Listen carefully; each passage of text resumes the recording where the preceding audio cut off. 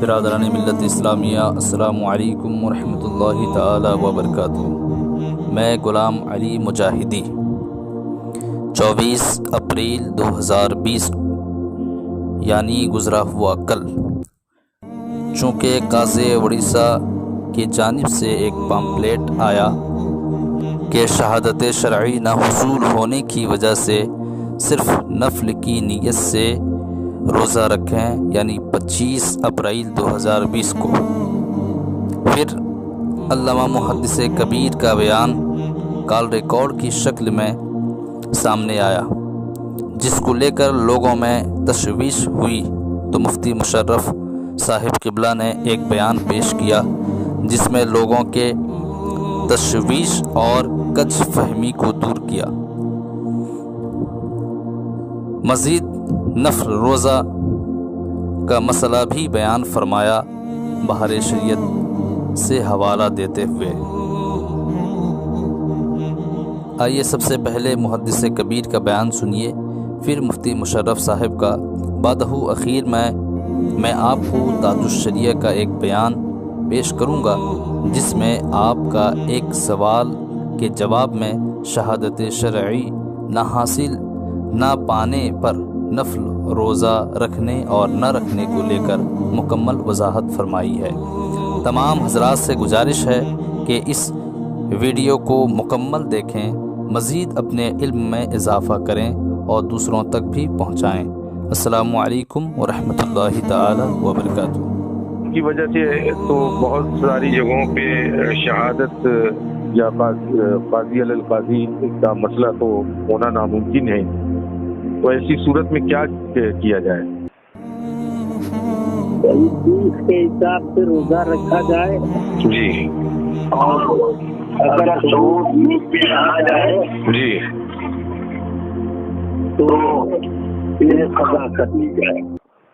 اچھا، کچھ لوگ اعلان کیے ہیں کہ شہادت نہ ملنے کی وجہ سے نفل روزہ رکھیں آپ کل اور تراویح نہ پڑھیں، اور کچھ لوگوں نے اعلان کیا ہے کہ نفل رکھیں ثبوت شرعی کے بعد وہ آٹومیٹک وہ فرض میں شمار ہو جائے، تو اس کا کیا حکم ہے ہمارے؟ مکروہ ہے۔ اچھا، مکروہ ہے، نفل روزہ رکھنا مکروہ ہے، مطلب جہاں پہ شہادت شرعی کا حصول نہیں ہوا ہے وہ لوگ کی عدد کو پورا کریں گے، ہے نا؟ منع کیا ہے تو مانے، اچھا کیونکہ نیت میں تو یہ ہے جی جی، یہ دل میں ہے جی، تو نفل روزہ رکھنے سے منع ہے نا؟ تو جہاں پہ ثبوت شرعی کا حصول نہیں ہوا ہے وہ ان کے لیے یہی حکم ہے کہ 30 کی تعداد کو پورا کریں۔ ثبوت شرعی نہیں ہوا ہے، کل 11 بجے تک دیکھ لیں جی، اگر 11 بجے تک ثبوت آ جاتا ہے تب تو ٹھیک، نہیں تو کوئی اختیار ہے کہ روزہ توڑ دے، اچھا روزے کی نیت نہ کریں، اچھا بلکہ ایسے ہی انتظار کریں۔ جلوہ کبریٰ سے پہلے اگر ثبوت آ گیا جی، اب تو کر سکتے۔ اچھا، اب آئیے مفتی مشرف صاحب کا بیان سنتے ہیں۔ السلام علیکم ورحمۃ اللہ وبرکاتہ۔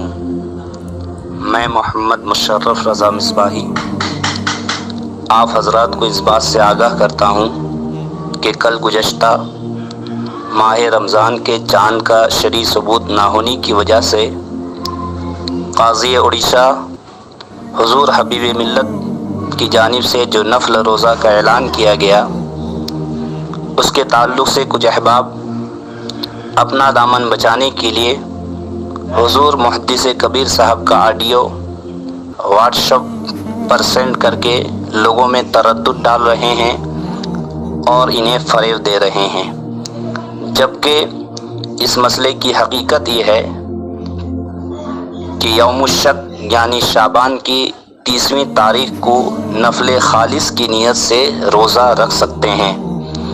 بہار شریعت حصہ پنجم صفحہ 103۔